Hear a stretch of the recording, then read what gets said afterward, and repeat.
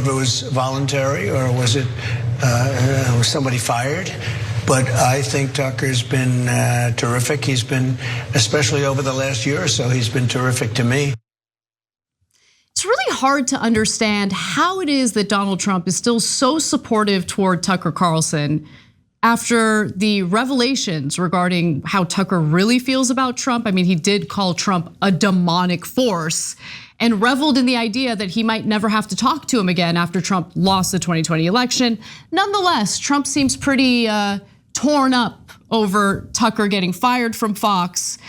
Now, all of that, I guess, potential beef between Trump and Tucker is water under the bridge, no bad blood.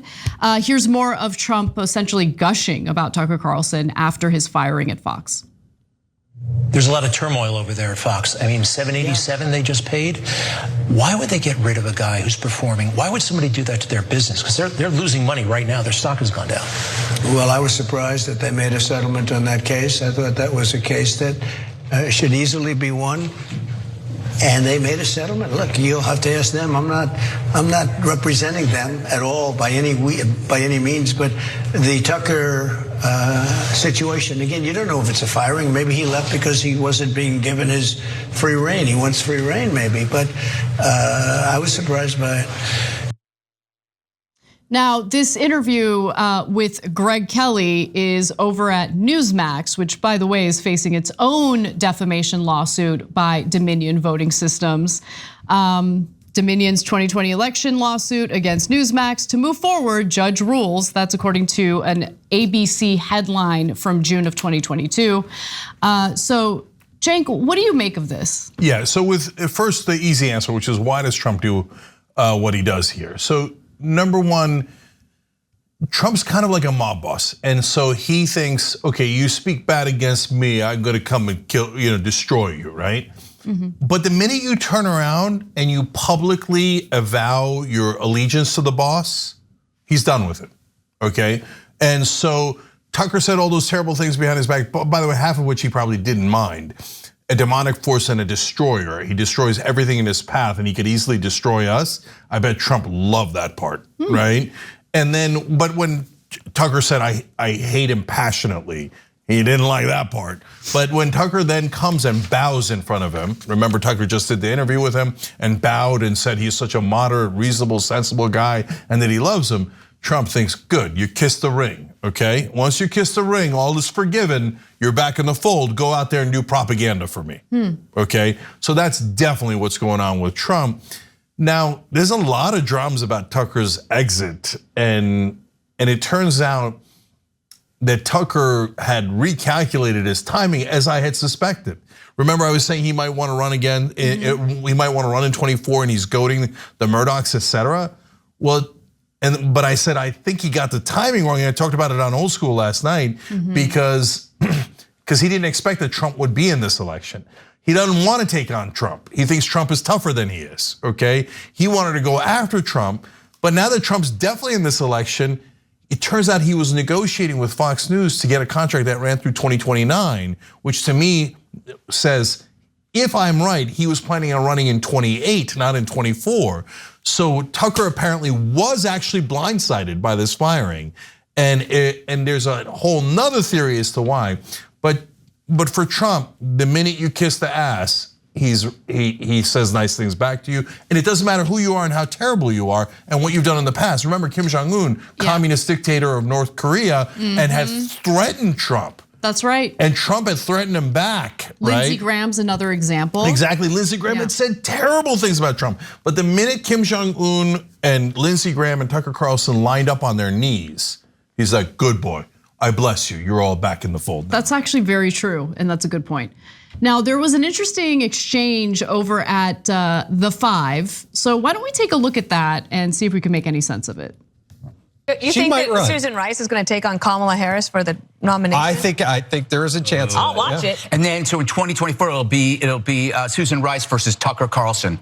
Okay, up next, Bill Maher ripping into liberals. Interesting reaction from Jeanine Pirro after Greg Gutfeld floated that possible ticket, I guess. Yeah, in another Fox News segment, they literally said, we're not talking about Tucker. So the memo has gone out, do not talk about Tucker Carlson. So Hannity had like half a sentence. Right. Gutfeld does a little joke, and then Piro's like, okay, we're going to break. Okay, she's in such a panic. She's like, Bill Maher. Yep. Right. So there was also a moment where Brian Kilmeade, who was hosting the hour that Tucker would typically be on, he had to address what was going on, but he did so in the quickest and most cumbersome way imaginable. So let's watch that. Hi, everybody, and welcome to Fox News Tonight. I am Brian Kilmeade. As you probably have heard, Fox News and Tucker Carlson have agreed to part ways. I wish Tucker the best. I'm great friends with Tucker and always will be. But right now, it's time for Fox News Tonight, so let's get started. Boom, real quick. Cenk, take notes. That's how you make a concise point. Oh, look at this. Okay, we're not talking about that right now, okay? Let's talk about Bill Maher. So listen, that was super awkward and funny. And my problem is that when I see something, I can't unsee it, like Brian Kilmeade's half eyebrows. Dude! I did not realize it until now, and I can't unsee those. I was thinking the same thing, but I'm like, typical vain and focusing on stupid things like that. But no, like the makeup artist doing him real dirty. Because there's stuff that they can do. And the eyebrows are like upside down V's. They're sharp. They go up. Bad. They're bad. Yeah. But they don't go down. You gotta fill them in, brother. You gotta fill them in. Anyway, that's just nonsense. We're just kidding around. Most important point made on the show so far. Yeah, please. Okay. So, but okay, now back to the serious stuff. Get a load of this, drums. Vanity Fair reporting that Murdoch super pissed at his ex-fiancée who was about to get married. She's a religious fundamentalist. Right. Had invited Tucker Carlson over for dinner in March. And the fiance really liked Tucker Carlson. They exchanged Bible stories back and forth. And apparently Murdoch hated it. And then he dumped the fiance a couple of days later. I remember this. Yeah. Gabriel Sherman. Yes. He's got the hot goss. I remember this. Okay, and he's reporting it. It's not us. It's Gabriel Sherman at Vanity Fair. Okay. And then, so there's two parts of that story. One is that then when Tucker Carlson started spewing religious stuff at the Heritage Foundation event on Friday night, that apparently set off Rupert. And he's like, that's it, I want him gone, okay? And so look guys, you take it with a grain of salt. That's just one report, right, from inside sources at Fox News, etc., right? And the second part of it is the full Logan Roy.